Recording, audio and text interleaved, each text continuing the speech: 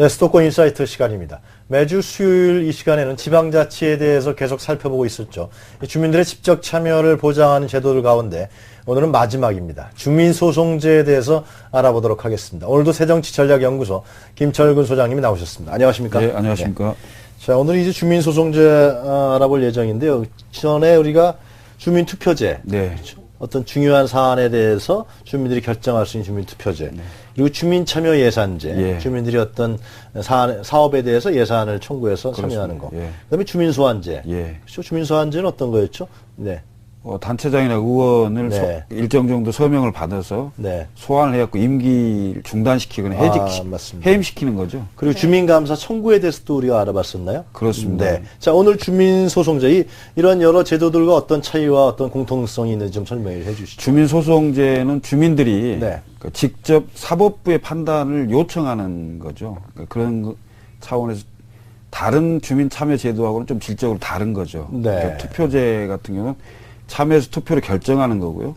뭐 예산제 같은 경우는 참여해서 예산에 반영시키는 거라면은, 이것은, 손해를 봤을 때, 주민들이 손해보고, 네. 문제가 생겼을 때, 이것은 이제 다른 제도와 좀 다르게 이런 게 있습니다. 그러니까 주민 감사 청구 제도를 반드시 거쳐서 감사에서 문제가 생기면 네. 그 문제점을 소송을 통해서 최종 판단을 얻는 이런 제도로. 감사 결과가 상당히 문제가 심각하다 이런 게 나오면은 그것이 우리 주민들에게 피해를 봤으니까 소송을 통해서 그 손실 부분들을 보전받는다. 그렇습니다. 뭐 그런 겁니까? 그 구체적으로 좀 사항들이 있을 것 같아요. 네. 그 소송을 걸 수 그 있는. 얘기를 제가 말씀드리면 이제 우선 네. 공금 지출에 관한 사항을 있고요. 공금이요, 공금. 예, 예. 재산의 취득, 관리, 처분에 관한 사항, 해당 지방자치단체를 당사자로 하는 매매, 임차, 도급계약이나 그 밖의 계약의 체결, 이행에 관한 사항, 이런 사항들이 뭐 잘못된 부분이 있으면 네. 감사 청구를 해서 감사 청구에서 뭔가 감사 결과가 나오면 이걸 네. 가지고 주민 소송을 통해서 배상을 요구할 수 있는 이런 얼마 전에 그 이제 각 구청들, 특히 서울시의 그 신청사 호화 논란이 있지 않았습니까? 네네. 이런 부분도 해당이 될 수 있겠네요. 예를 들면 감사를 해서 신청사를 너무나 호화스럽게 졌다. 네. 그 결국 우리 주민 세금으로 갚아나가는 거 아니겠어요? 그게? 그 부분은 이제 그 감사 청구 대상의 범위를 네. 좀 더 넓혀서 아하. 아마 지금 현재로는 그게 안 들어 있을 겁니다. 그래요? 예, 그러면 그 조례나 해당 법률을 좀 그런 호화 청사 부분을 대상으로 할 수 있도록 청구 대상에 감사 청구 대상에 그래서 지난번에 제가 확대해야 된다 그 얘기 좀 한 거 기억이 일단 있습니다. 감사 청구 대상이 확대를 해야 예. 이 소송제도 훨씬 더 확대될 수 있는 거군요. 그렇습니다. 그래서 이제 이게 그 주민감사 청구를 해서 문제가 발생하고 네. 했을 때 소송이 가능하고요. 이건 이제 법률 용어로는 주민감사 전치주의라고 해서 그리고 우리나라는 2006년도부터 지금 현재 주민소송제를 시행을 하고 있는 상황입니다. 네. 저희가 지금까지 알아본 것들이 다 다르다고는 하지만 저희가 지난주에 알아봤던 주민소환과 많이 비슷한 것 같아요. 좀 네. 차이점을 좀 살펴주시죠. 주민소환제는 이제 주민들이 직접 그 단체장과 해당 의원들을 네. 네. 그 일정 규모의 서명을 받아서 네. 투표를 통해서 해직을 시키는 거고요. 네네. 그리고 이제 주민소송제는 재무적으로 물질적으로 문제가 있는 상황에 대해서 감사 청구를 먼저 해갔고요. 그 감사 청구에서 문제가 생겼거나 감사 결과가 나왔는데 이행을 하지 않거나 이런 부분을 가지고 주민들이 소환을 하는 겁니다. 소송을 하는 겁니다. 소송을 하는. 네. 법원에. 그럼 주민소환이 좀 더 큰 범위라고 볼 수 있을까요? 주민소환은 이제 그 직에 대한 부분을 해임시키는 거고요. 네네. 그 소송은 직을 해임시키는 게 아니고 그 직에 있으면서 손해를 끼친 부분에 대해서 그 배상해라. 배상을 요구하는 네네. 거죠. 그 배상을 법원의 판단에 이제 요구. 그러니까 뭐 예를 들면 단체장이 임기가 끝나도 이건 할 수 있는 거 아니에요. 그 단체장이 그 당시 예를 들면 상당히 큰 피해를 입히는 공사를 했다. 네. 그래서 감사에 걸렸다.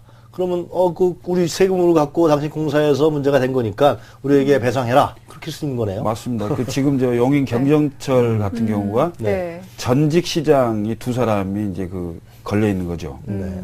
그러고 지금 인천의 2호선 지하철 2호선 그 문제를 가지고 지금 감사 청구를 요청하는 준비를 한다고 그래요. 민병과 시민단체들이 한다고 그러는데 그것이 성사됐을 경우에는 지금 현 시장이 아닌 전임 시장과 해당 공무원들이 관계될 가능성이 있다. 이런 언론 네. 보도도 있고 그렇습니다. 뜨겁니다. 그래서. 네. 근데 이 주민 소송제가 일본에서 특히 이제 활발하게 좀 활용이 되고 있다고 하는데 어떻습니까? 맞습니다. 일본이 이제 이 제도가 굉장히 활성화되어 있는 상황인데요. 그 네. 역사도 상당히 깊습니다. 일본이 네. 그 패전이 된 상태, 네. 그 메가드 사령부가 일본을 접수해서 그 상태에서 이제 그 지방자치법을 개정을 하는데요. 그때 이제 미국의 각 주에서 시행하고 있었던 납세자 그 소송제도라는 게 있었어요. 미국 같은 경우는. 네. 그 납세자 소송제도와 비슷한 주민 소환 제도를 채택을 하게 됩니다. 그런데 이제 미국 제도를 그대로 가져온 게 아니고요. 그 당시에 그 미국에서는 없었던 네. 주민 감사 청구 제도를 같이 도입을 하게 됩니다. 그래서 일본도 우리나라하고 같이 주민 감사 전치주의라고 해서 주민 감사 청구를 해서 거기서 문제가 된 부분만 가지고 주민 소송할 수 있도록 그런 방식으로 지금 처음에는 시작을 했죠. 네. 뭐 한 5, 60년 된 거니까 뭐 어느 정도 자리를 제대로 자리매김을 했겠네요. 그렇습니다. 이제 일본도 처음부터 막 활성화되고 이렇지는 않았습니다. 네. 그랬겠죠. 예. 그 주민 소송이라는 게 주민 소송을 제기한 측에서 입증 책임이 있습니다. 그래서 이 정보 공개가 잘 안 됐을 경우에는 네. 사실상 소송하기 어려운 상황이거든요. 근데 1990년대 들어서면서 일본이 그 정보 공개에 대한 각 지자체별로 그 조례를 정하고 이렇습니다. 그래서 상당히 정보의 접근성이 용이한 상황으로 됐어요. 그러면서 이제 소송이 일반화되고 정착이 네. 되는. 그래서 1년에 뭐 대충 한 200건 정도가 네. 제기되는 상황입니다. 일례로 이제 재밌는 상황을 하나 예, 말씀드리면 그러시죠. 일본의 나고야시가 세계 디자인 박람회를 열었어요. 연후에 그 박람회 시설하고 물품을 행사 주최 측으로부터 이제 시에서 구입을 했습니다.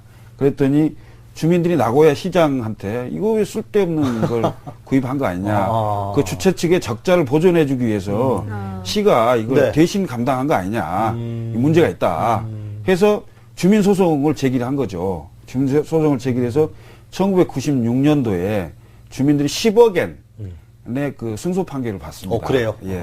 이런 사례도 있는 거죠. 10억 엔이면 우리 돈으로 한 우리 100억 정도. 그 정도 되는 겁니다. 이 예. 건설업체하고 유착, 비리 이런 부분들을 이제 확실하게 단죄할 수 있는 제도인 것 같네요. 그렇습니다. 자, 이건- 일본은 그렇게 활성화됐는데 우리는 네. 아직 뭐 시행된 지 얼마 안 돼서 그렇는지 일본하고 비교했을 때는 아직 좀 왜소하죠. 그렇습니다. 이제 우리나라는 2006년도부터 지금 네. 시행하고 있는데 지금 27건 정도가 아마 제기된 걸로 있고요.